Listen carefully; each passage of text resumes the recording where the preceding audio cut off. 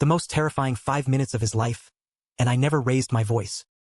Being a father to a daughter in suburban America, it's not just a job. It's a mission. When Maya brought home Tyler, the kid looked like he stepped out of a cologne commercial. 6'2", quarterback shoulders, and that smirk. The kind of smirk that says he's never been told no in his entire life. I didn't give him the overprotective dad glare at the door. No, I was too nice. I shook his hand, offered him a cold lemonade, and chatted about his big plans for college. But then, dinner ended. "Hey Tyler," I said, leaning back with a toothy grin. "I'm having a bit of trouble with the restoration on my old 1969 Mustang in the garage. Mind giving a tired old man a hand?" He couldn't say no. Not in front of Maya. We walked into the garage. The air was thick with the smell of engine oil and old leather. I didn't turn on the overhead lights, just the dim, buzzing neon sign over my workbench. I walked over to a heavy, locked steel cabinet. Tyler was looking at the car, but I cleared my throat. Loudly. "Forget the car, son. Look at this." I opened the cabinet.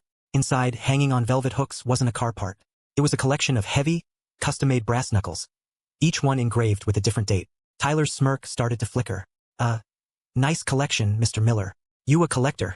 I pulled out a fresh, unpolished piece of solid brass. I sat down at the workbench, picked up my engraving pen, and let the high-pitched whirring sound fill the silence for a long, uncomfortable minute.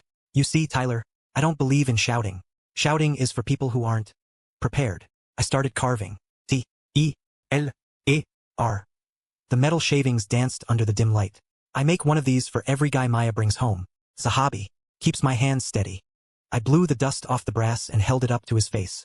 "The thing is, Tyler, I only polish the ones that belong to the guys who disrespect her. Because when I have to use them, I want them to be shiny enough for the guy to see his own reflection. Right before everything goes dark." I dropped the brass piece into his hand. It was ice cold. "Keep it, as a souvenir. Just a little reminder that in this house, my daughter is a queen, and I'm the guy who keeps the kingdom quiet." Tyler didn't stay for dessert.